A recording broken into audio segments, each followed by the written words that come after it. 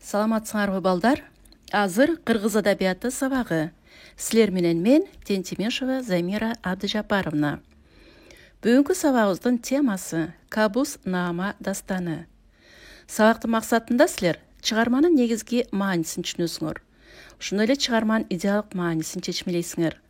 Ошондой эле чыгармада айтылган акыл насааттарды бүгүнкү күнгө карата салыштырасыңар жана ой жүгүртүү жөндөмдүүлүгүнө ээ болосуңар. Кабус Наама бул кадимки турмуштан алынып жазылган чыгарма. Кайкабус бул насихат китебин перзенти Гилан Шахка арнап жазган экен. Автор өзү күбө болгон жана уккан көргөн окуяларынын баарын бул чыгармасында пайдаланган. Чыгышта илим, маданият, адабият белгилүү бир нугуна түшүп, Рудаки, Фирдауси, Омар Хайям, Насыр Хисроу сыяктуу чыгаан инсандардын чыгармачылыгы өркүндөп турган убактарда жаралган чыгарма. Чыгарманын автору Кайкабус Каспий деңизинин түштүк жээгинде жашаган Гилан элинен. Ал 1021-1022 жылдары майда феодалдын үй бүлөсүндө туулган. Ал чыгармасын 63 жашка келгенде жазгандыгын айтат. Кайкабус өз заманынын алдыңкы билимдүү адамы.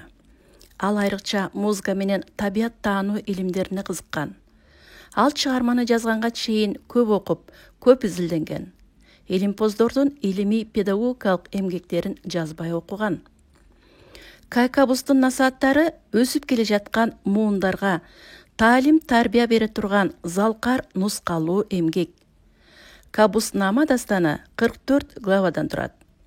Алардын 4-өө диний мүнөздөгү көз карашта жазылып, калган 40 главасы турмуштун ар кандай маселелерин камтыйт.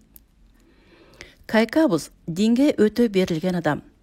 Китептин 5 главасы эн атаны урматтоо жөнүндө деп аталып, анда автор ата-эненин көңүлүн иренжитпей, аларга урмат-сый көрсөтүп, жакшы мамиле жасоого үндөйт. Кайкабус ата-эне тарбиясына да зор маани берет. Ал бир жагынан балдарды ата-энесине терең урмат-сый көрсөтүүгө, экинчи жагынан ата-энелердин балдарына туура мамиле жасоого, жакшы тарбия берүүгө чакырат. Колуңда дүнүйөң жок болсо, жакыр болсоң да акылга бай бол. Себеби дүнүйөгө марып жыргаганга караганда акыл байлыгы менен жашаган артыгыраак. Акыл менен дүнүйө топтосо болот, бирок дүнүйө менен акыл жыйноого болбойт. Акыл эч нерсе менен өлчөнбөгөн кымбат буюм. Аны ууру уурдай албайт. Отко салса күйбөйт, сууга салса чөкпөйт дейт автор.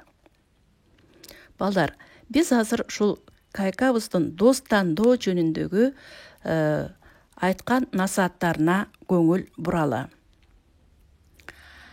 Ар дайым эсиңде болсун, уулум. Тирүү адам доссуз болбойт. Кимдин досу көп болсо, анын айыбы ачылбайт. Кадыр баркы жогорулайт. Досуңдун достору да сенин досторуң экени эсиңде болсун. Эгер досуң сенин душманыңды жакшы көрсө, андай достон сактан.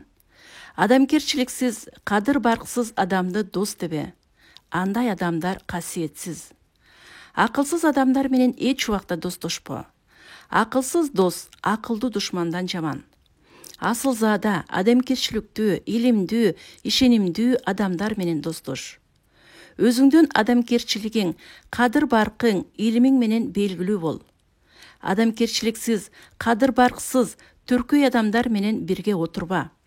Эч качан досторуңдун акысын жебе. Эртедир кечтир бул үчүн уят болосуң.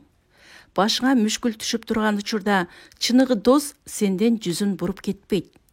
Досуңдун көз өткөндөн кийин бала бакырасын, тууган туушкандарын, жек жааттарын чакырып, аларга жакшылык кылуу жана ар дайым анын мүрзөсүнө барып зыярат кылып эскерүү керек. Уулум, адамдар менен достугуң өтө эле ысык да, салкын да болбосун. Досум көп деп алардын бардыгына көңүл бөлө бербе. Алдартыңды байка. Досторуңдун ишениминен чыгып калбагын. Жарды болсоң дөөлөттүү менен достошпо. Өзүңө гана ылайык дос изде. Өзүң дөөлөттүү туруп, жардыны дос кылсаң, анын айыбы жок. Эч кандай себепсиз эле досуңдун көңүлү сенден калса, кайрадан анын көңүлүн табуу үчүн аракеттенбе. Ниети бузук кинечил достон ыраак жүр. Көрө албас арамза адамдар менен зили достошпо. Себеби ниети бузук, надандын көрө албастыгы эч качан оңолбойт. Ар дайым сага нааразычылыгын билдирип, кылдан кыйкым табат да турат. Балдар, мына бул 10 кылым мындан мурун жазылса дагы, мына бүгүнкү маанисин жоготкон жок го деп ойлойм. Силер мына ушул дос тандоо тууралуу акыл насаатты жакшылап акылыңарга салып, угуп, анан өз алдыңарча ой толгоо жасагыла. Анда эмесе мен силерге суроолорду берейин. Силер ушул суроолорго дептериңерге жооп жазышыңар керек. Чыгарманын жаралышына эмне себеп болгон? Кабустун насихаттары жаштарды эмнеге үндөйт? Адамдагы кандай асыл сапаттарды баалайт? Бул чыгарма кимге арналган деп ойлойсуңар? Эмне үчүн? Кайкабустун доорундагы чыгаан инсандар кимдер? Кайкабустун доорундагы чыгаан инсандар кимдер? Келечекте эр жетип турмуш курганда өз балдарыңа, урпактарыңа эмнени үйрөнүүнү үндөр элең? Автордун кайсы ойлоруна кошула аласыңар? Кайсынысына кошула албайсыңар? Эмне үчүн? Ини карындаштарыңарга, сиңдилериңерге, жолдошторуңарга арнап чакан насаат аңгемеңди жазып кел. Ата-энеңер дагы кандай акыл насаат сөздөрүн силерге айтат? Демек, балдар, түшүнүктүү го деп ойлойм.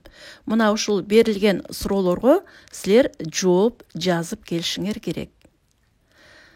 Андан соң, мына ушул Кабус Наме дастаны тууралуу өзүңөр дагы кененирээк ой толгоо жасап, өзүңөрчө бир кандайдыр бир чечимге келишиңерди мен каалар элем. Анда эмесе көңүл бурганыңар үчүн чоң рахмат, саламатта калгыла.